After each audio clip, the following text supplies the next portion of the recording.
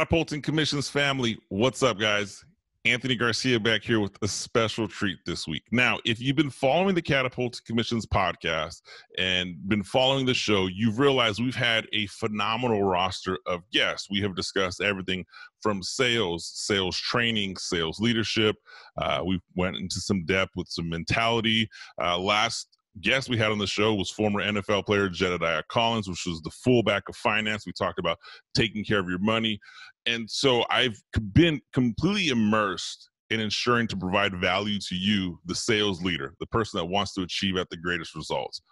And I wouldn't be doing my job if I didn't spend some time talking about the mindset, talking about having some immaculate or abundant change in your life, in your sales career. And so I brought a roster of some phenomenal guests. Today's guest is going to lead this committee of people we're going to spend time in talking about how to make an immaculate change in your career, how to have the best 2021. And so let me tell you a little bit about Petia Kolibova.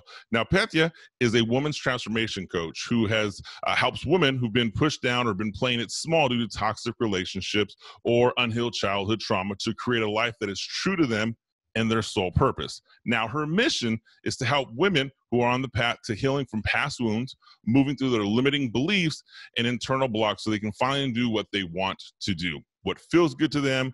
And she also serves other women in a powerful way in an online community known as Unapologetically Abundant. She's the host of the podcast Unapologetically Abundant and leads this group of women, which has 1,300 members actively engaging, looking to take their life to the next level.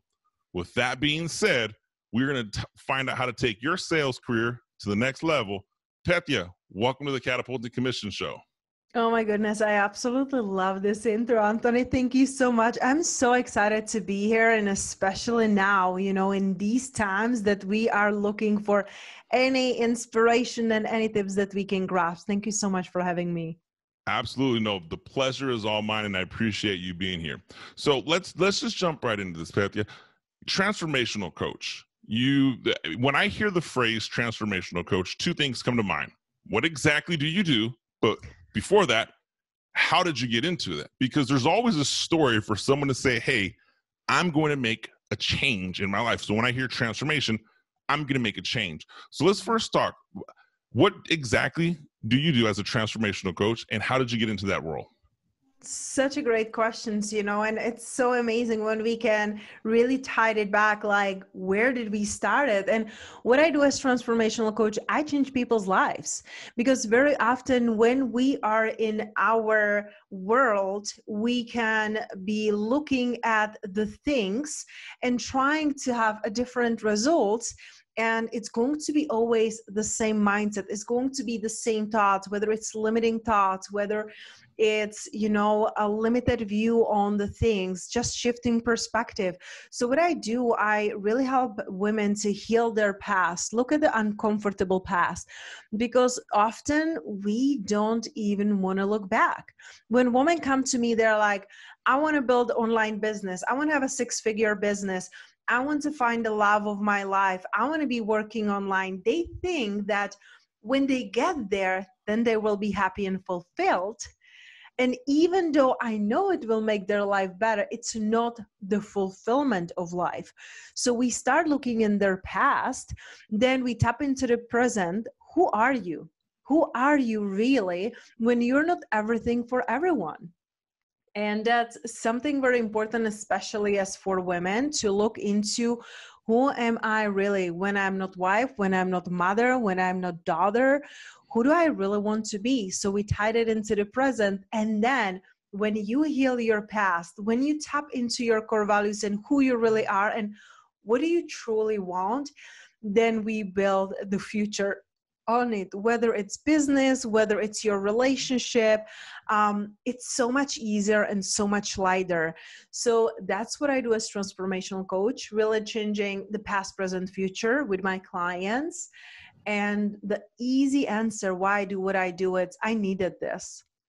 I needed it myself. I created something that I wish that really existed. I transformed my life from going from being physically and mentally abused by my stepfather into eating disorder of 18 years, attempting of suicide when I was 18, run away from home, being, in toxic relationship because I saw myself unworthy, undeserving, and unlovable, into having a life that I prayed for.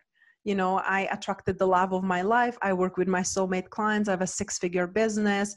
I love having my podcast and TV show. And all of that is by being unapologetically me. And that's something that I want to inspire everyone, not only women, but everyone, to really understand that you are perfectly made for your purpose.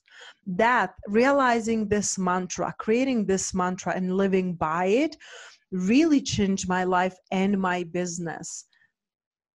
Oh, I love that. There's so much value in it. And I'm going to look down at some of the things that I wrote down. In terms of what you do, I hear one of the things is truly identify fulfillment. Mm-hmm. And when you say that you're helping women truly identify fulfillment, I can't help but think here in the world of sales, in the world of business. For example, you just said I have a 6-figure business. In the world of sales, we are driven by commissions. We are driven by that income, saying I have made $100,000. 200 grand, $1 million, whatever that income number is. And I have found in my own personal life, excuse me. I'm so sorry, guys. I have a Mac computer and Siri decided to talk in my headphones just out of the blue. So we're going to ignore her. Someone's listening. Anyhow, Andrew, we're going to fix that. So in my own business, I have looked at the years that I have made an incredible amount of money, biggest income, biggest checks. And yet I still wasn't fulfilled. There was something missing. And there's a lot of people that have a hard time identifying or separating the two. How do you get people to separate success from fulfillment? Oh my goodness. That's such an incredible question. And thank you so much for asking that, because you get to really create your own definition of success, because the success that we are being taught by society is you should go to the school, you should go get married, you should make a certain amount of money, you should have certain amount of kids, right? Like all of that is programmed, but is that really what you truly want? So the success, it has to be your own definition. What would your life look like, your ideal day look like when you're living and feeling fulfilled? That's something that you really get to ask yourself, because when clients come to me and I ask them, if nothing ever changes in your life, are you okay with that? 10 out of 10 are not. And trust me, 5 years ago, when I had my first business, I had social media marketing agency. I was doing 5-figure months and I was working my booty off. It was never ending, 7 days a week, no time for friends, no time for family. So yeah, good. I have a business, I'm making money, and I don't have a time to live. So you get to ask yourself first, if nothing ever changes, am I really okay with that? Is this something that I would like my kids to live like? Because yes, you can use your kids as an inspiration. I'm doing this for them and I want them to live a better life than I did. But if they never see you, if they never have a quality time, do you think they really care about the money? Do you really think that they care if you're living in 2-bedroom house or 10-bedroom house if they will never see you? So for me, I feel that it's more of an art of fulfillment, right? Really checking in with yourself. What is fulfilling to me? Because what is success and fulfilling for you? It's not going to maybe be for me.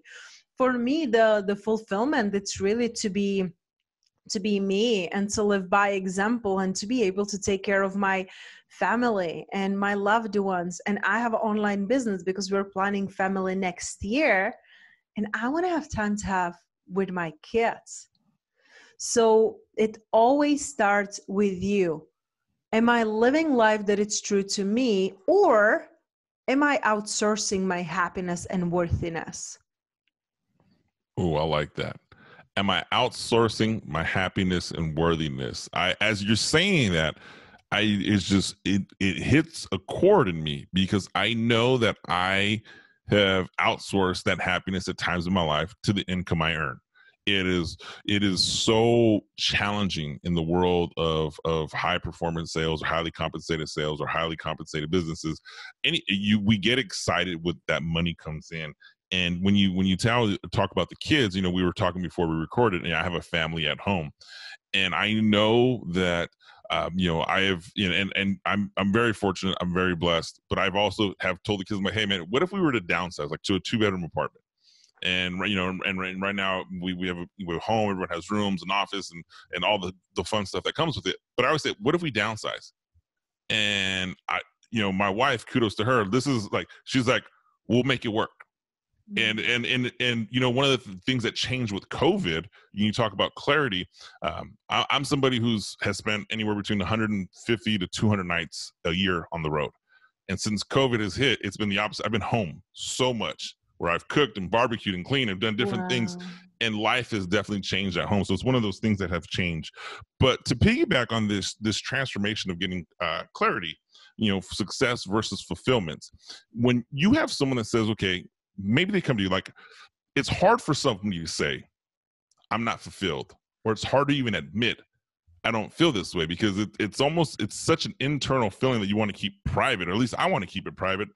If someone's struggling with just identifying, am I being fulfilled, and how do I get that clarity? What's that first step for them to find out truly what it is? Because you gave various different scenarios, and I gave some few right back at you. But how does someone really pick, here's what's truly going to fulfill me? Here's this exact thing that I want to pinpoint on. That's an amazing question, and isn't it fascinating that we are like ashamed or guilty to share that we are not happy? I just find it like really fascinating. Like when you wake up in the morning and you have this feeling that there must be more in life and you're not living it and feeling ashamed of it.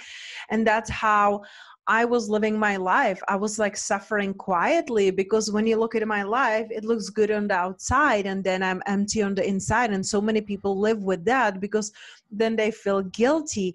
So I truly believe that it all starts with know thyself. Really, you get to know yourself first. And it started for me, at least, I was already, almost a decade on my personal and spiritual development. I already had my business, but still it was feeling like something is missing.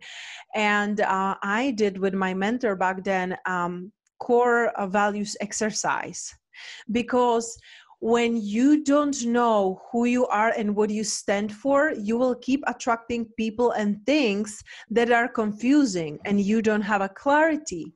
So this exercise, it's super easy. Anyone can do it. You can just take a piece of paper, divide it into, on one side, you write down the things you don't stand for, and on the other side, what you do stand for. 20 things on each side, going back and forth. For example, I don't stand for hate, I stand for love. I don't stand for being cheap, I stand for generosity.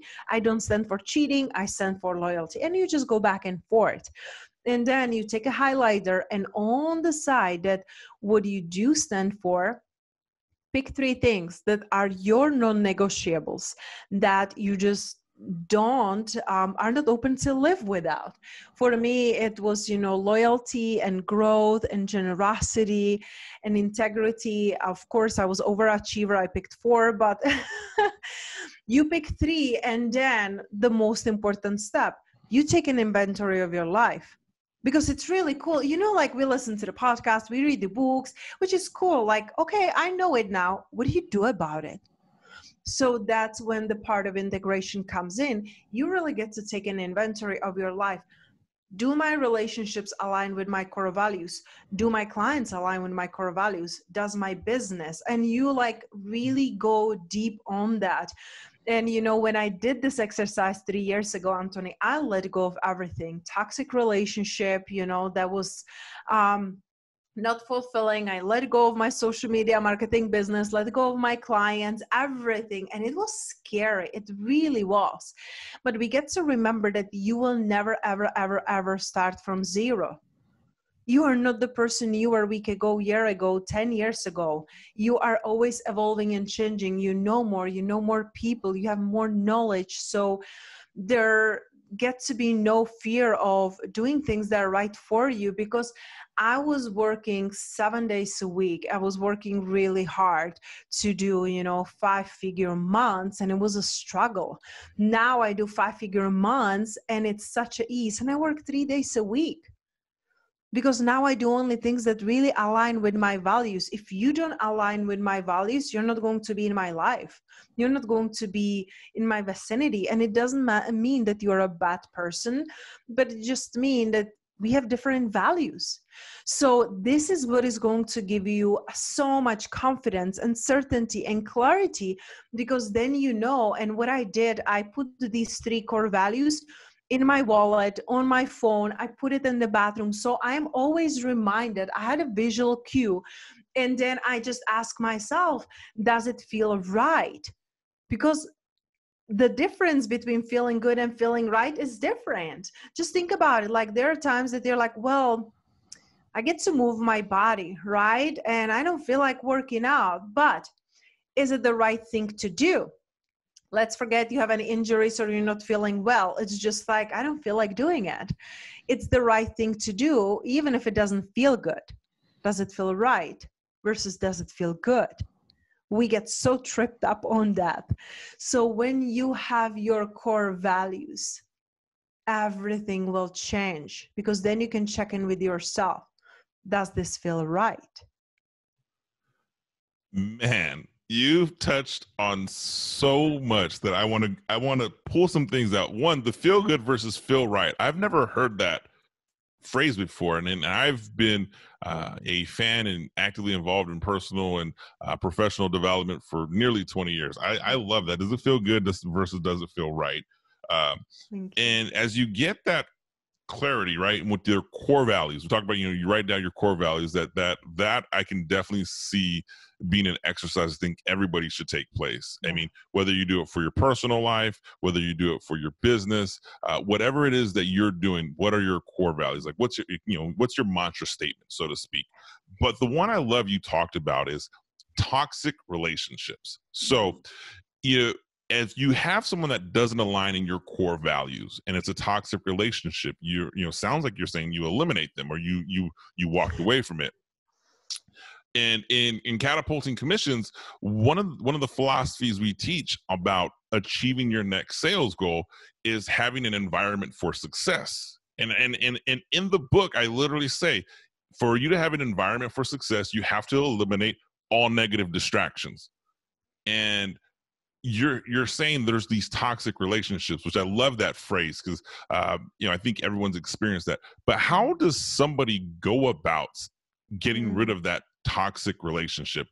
And how do you identify it? Because some of the most toxic relationships we can't identify sometimes, or by the time we've identified it, we're so deep in that we're afraid.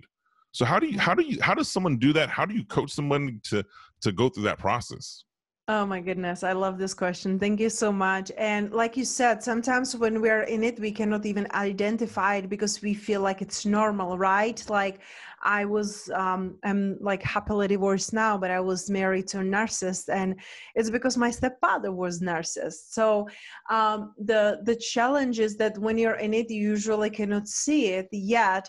I always tell my clients to check in with themselves. If you have a younger brother, if you have a younger sister, if you have a daughter, if you have a son, would you be okay with them to be treated as this person is treating you?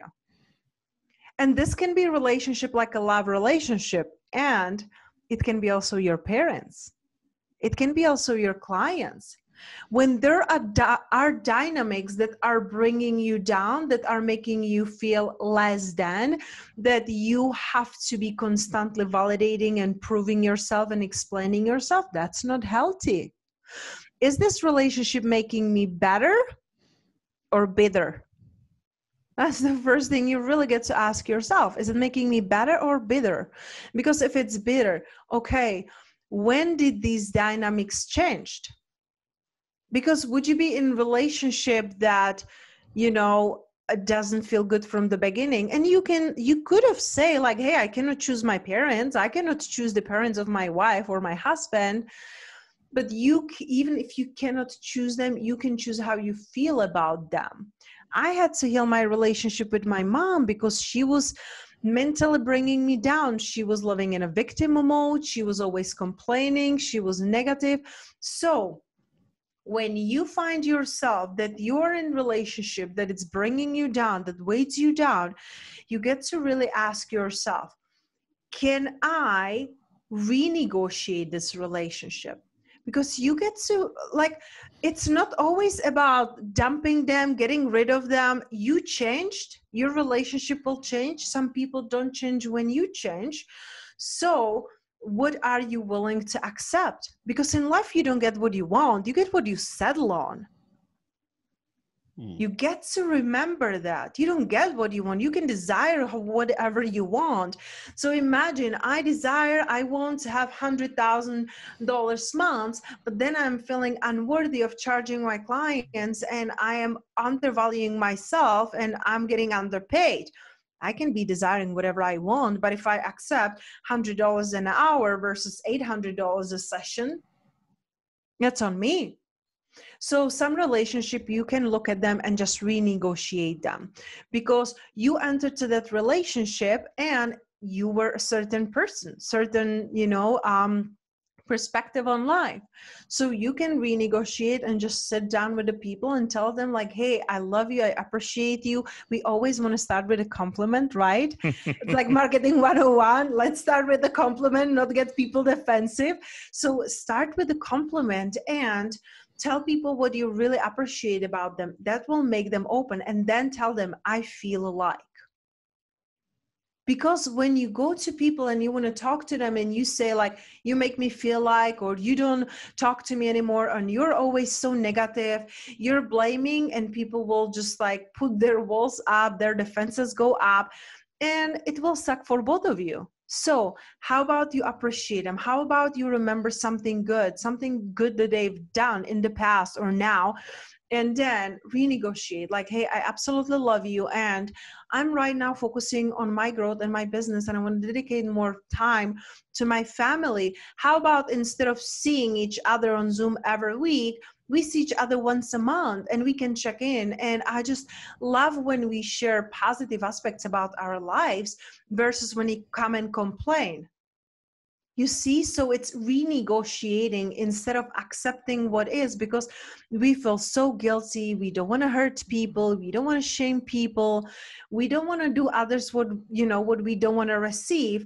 Yet you get to renegotiate. So that would be the first thing you can really do with the relationships that don't feel good. The second one would be what you just mentioned, right? Like getting rid of them. Sometimes we gotta really recognize that everything in our life happens for a reason. Everything. Yet, even if people come for a reason in our life, some of them come for a season. And we gotta recognize it. I'm so grateful for, my past relationship, because men cheated on me, men hurted me mentally and physically, abusive, and lied to me, and, let me maintain them financially. All of those were my choices, yet it led me really to understand that my partner that I truly desire, it's loyal, it's family oriented, wants kids, treats me like the queen. And because I got so much clarity from this contrast, I was able to attract it in my life. It's not half-assing anything anymore. It's like, I know who I am. I know what I stand for. I know what I desire. So when you're in this relationship, you can renegotiate it. You can also ask for help. You can go for therapy. You can have a coach. The very first thing that I asked my boyfriend when we started dating 3 years ago was, would you be open to go to therapy or a coach if we have any struggles in relationship? And he said yes. If he would say no, I wouldn't continue. Because that's his ego in the middle in front of our relationship. I don't want that. I need somebody who is open to grow, who is open to learn. I love that. I think, as you say, using the story of the boyfriend, are you open to growing? Are you open to learning? But if you go into those relationships and you give people the opportunity to renegotiate, how you said, can you renegotiate a relationship that's possibly toxic? As I hear that, the thing that comes to mind is, if I don't bring it up to you first, you don't know how bad this relationship is. Like, we've not had this opportunity. So, there's definitely, I look at, and I look at relationships I've had in my life, and I look at my marriage now. And there's been times where my wife has sat down and we've been together now nearly 6 years. And there's a point in our time in our first year of marriage, and she sat down, she says, "Hey, here's what I need, and here's what we're missing." And I remember there was that ego, and it was just like, wait, what? What are you talking about? No.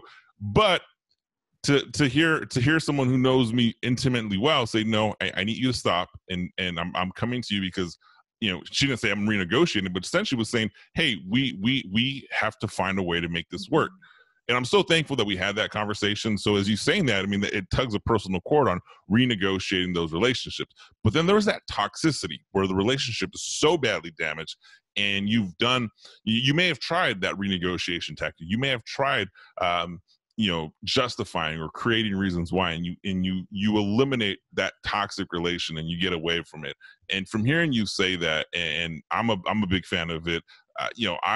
If someone doesn't respect, in the world of business, in the world of sales, and I tell this to everyone who's a salesperson, if someone doesn't respect your time, then you don't respect their business. Like, it's hand in hand. And I've walked away from deals. I've walked away from people because I'm like, look, if you're not going to respect my time, then I value your business. I don't need it. I'll get business elsewhere. But my time is such a valuable resource that if I've decided to spend an hour on a Zoom call with a discovery call, and you show up 20 minutes late but want me to stay 20 minutes later, it doesn't work that way. I'm sorry. I don't care what it is I have to do. I might just want to go eat cereal with my kids in the living room. But you know what? That's my time, and you didn't protect that time. So speaking of toxic relationships here, let's piggyback and turn this here. We've had the most toxic relationship as a society in the year 2020. I mean, if you just think about the relationship we have had with 2020, and I shouldn't call it a toxic relationship, I should call it a challenging relationship, because we've had the COVID pandemic. From currently here in the United States, we have a presidential election that is in my 37 and a half years of life, I've never seen it so contented, like just so passionate on both sides of the spectrum. So there's so much challenges and adversity. Yet here you and I are trying to grow a business, trying to make a living, trying to provide. How does somebody take all these challenges that have happened and all these distractions? How does someone take that information and say, you know what, I'm gonna make 2021 my best year ever? How did they make that mental shift?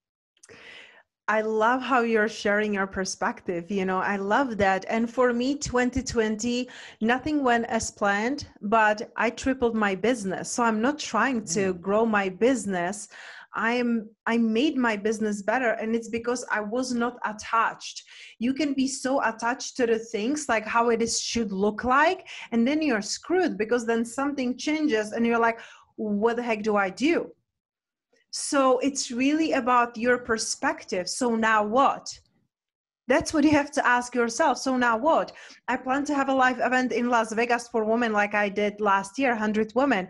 I was planning on doing weekends here, like VIP weekends with my clients here in Las Vegas. We were supposed to be right now in Bali hosting our 2nd year anniversary retreat, Flow and Fire. And I'm sitting here in Las Vegas, and I couldn't do nothing that I planned. And I could be sitting here and saying, what the heck do I do? Or I ask myself, now what? So I created a couple online courses. So I make more appearances online. So I'm on more podcasts. And like I said, I tripled my business, because now is the time that people are really awakening and pivoting into the fact that what I was doing up until now was only because I thought that I should, or even sometimes more dangerous, I could. Just think about it. I look at our timeline in life and I look at it, and when we are little, we are doing things we think we like have to, right? Your kid, you have to eat certain time, go to the school. Then you up level into I should go work out, I should go to work, I should get married. Then you go into I could go, and open my own business. I could and get married. Like I could, but the I could, it's sometimes dangerous because you're again not looking at what truly turns you up, what really turns you on and your desires. Because yeah, I could have social media marketing agency. I'm good at it. I'm great in relationships. And it wasn't fulfilling for me. So to make the 2021 the best year ever, you really get to, for a moment, close the world and go within. It's no woo-woo, but if you're so distracted with everything, my grandma, she's watching news like 3 times a day. I don't even have TV for 8 last years or even longer. I don't even remember. I don't have that. And it's not because I don't care, but because I care so deeply. So let me take care of me. Let me take care of my family, my community. When they're feeling better, they're doing better in the world. So take care of you and your close people and it will grow. Just think about it. So 2021, set an intention and then surrender. You really get to trust and surrender because again, you can sit down and plan 2021. How do you know that something else won't happen that will, throw you off? You really get to tap into trusting yourself and looking at these obstacles as opportunities. So many new online businesses are being born right now. We need more coaches. We need more sales experts. We need more marketings. We need more branding. We need more of everything. Everything is turning into online. So ask yourself what really lights you up. What do you want to do more of? And give yourself the permission to do that versus staying in the shoulds or coulds. I love that. Set intention and surrender. Mm-hmm. Set intention and surrender. And if you do that in 2021, things start to get clear.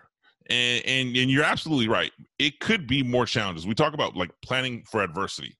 And we share that on the Catapulting Commissions show often, that you have to plan for the unexpected. You have to plan for adversity. You can't allow things to completely distract you. You can't allow things to change your life because, something went wrong. We have to find a way to pivot, adapt, and grow. So I love what you're saying there. It's so fascinating. I just wanted to share how I feel about it, because when you say that you're planning for adversity, I feel like you're planning for something going wrong. My grandma, when I was growing up, she always tell me, don't get too excited because then something can go wrong. But I'm expecting the success. I'm expecting the good. I'm expecting the clients. I'm expecting the money. It's the eagerness and expectancy of the positive. And if something happens that it's not as I planned or positive, I'm like, what is good about this? What is good about that my client didn't renew the contract? Well, that's amazing because I used to be charging $2,500. Now I'm charging $4,200. I created space for something even better. So I personally don't plan for adversity. I really plan for success. I plan for flow and joy and fulfillment. And then from that place, when I'm feeling relaxed, I have more clarity and I'm more productive versus planning for something going wrong. I agree. I agree with what you're saying, and maybe the way I explained the planning for adversity might come off like I'm thinking negative. I'm not thinking negative. My plan for adversity is saying, I use revenue metrics. So if my business is going to do $500,000, so I write my business plan saying, okay, my business is going to do 600,000. Why did I give myself? I call that my adversity clause. And so what that adversity clause is it's kind of like the seatbelt when I'm driving. The adversity clause happens, and I use one of the years, one of my most successful years in business. My number one client called me in March, was like, "Hey, I'm done." You're done. And I was like, oh boy, all right, well, I had an adversity clause, and I'm like, okay, I think I can do this. I can overcome. I can get past this.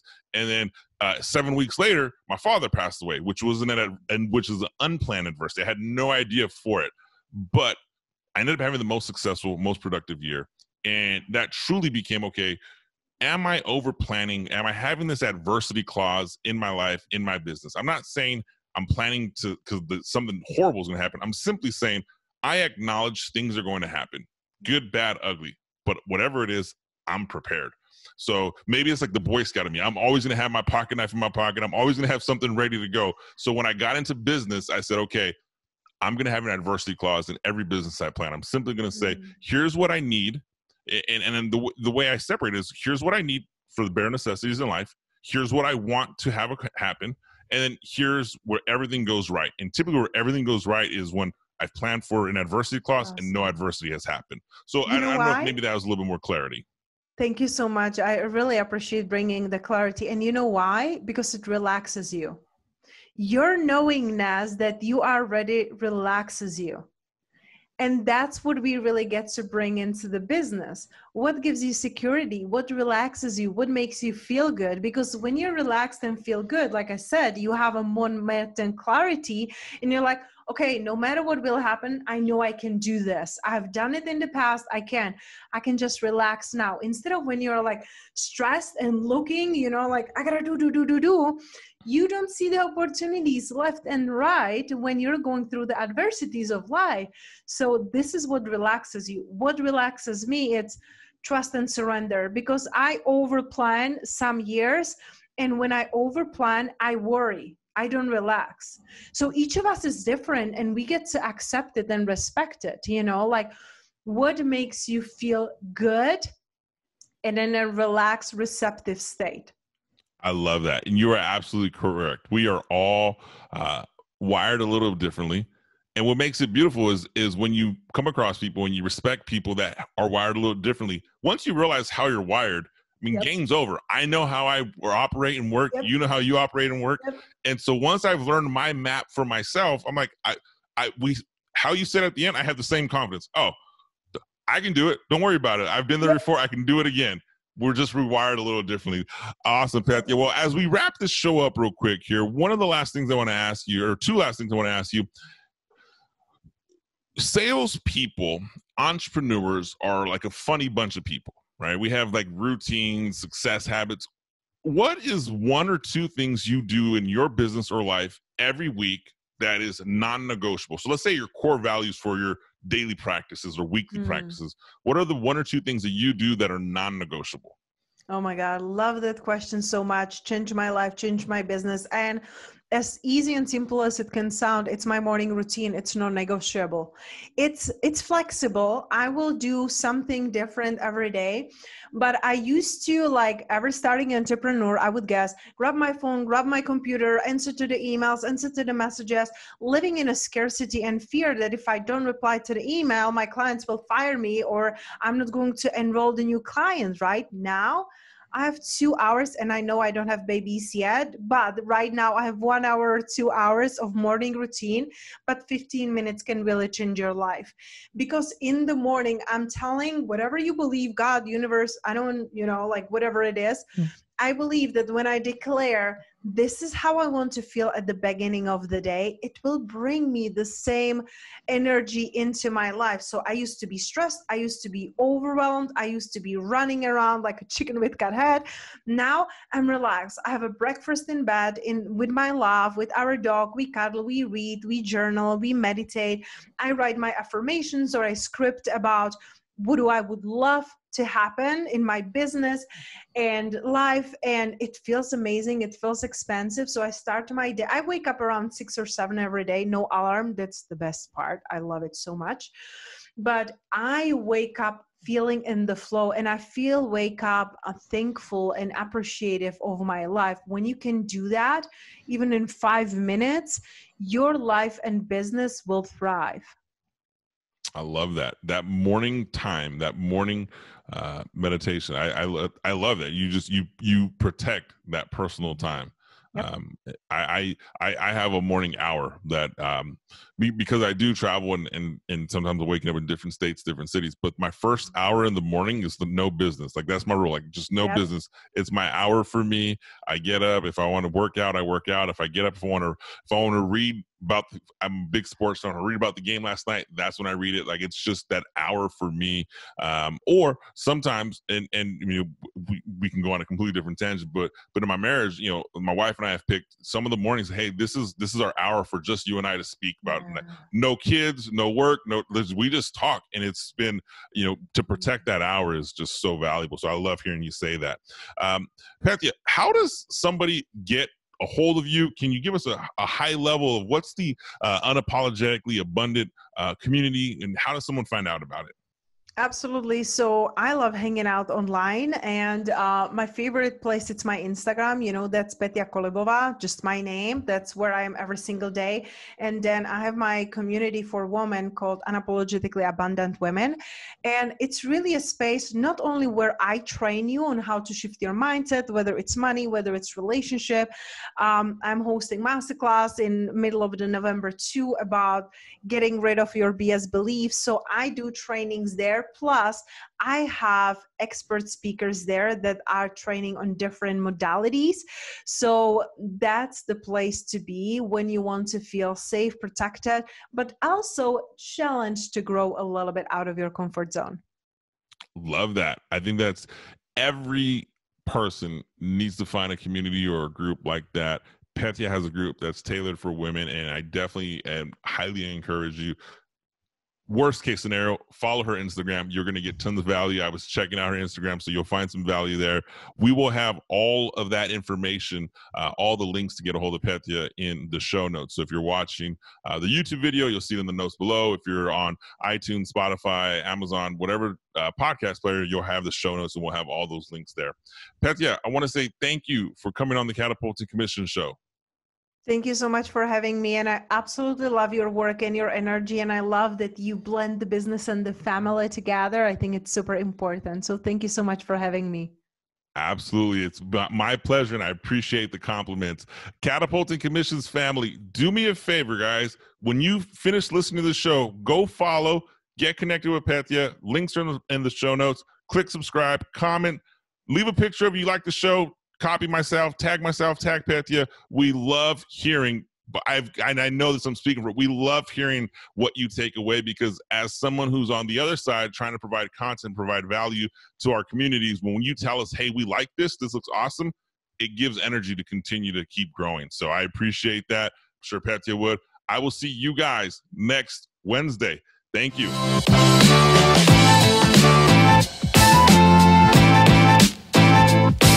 Right.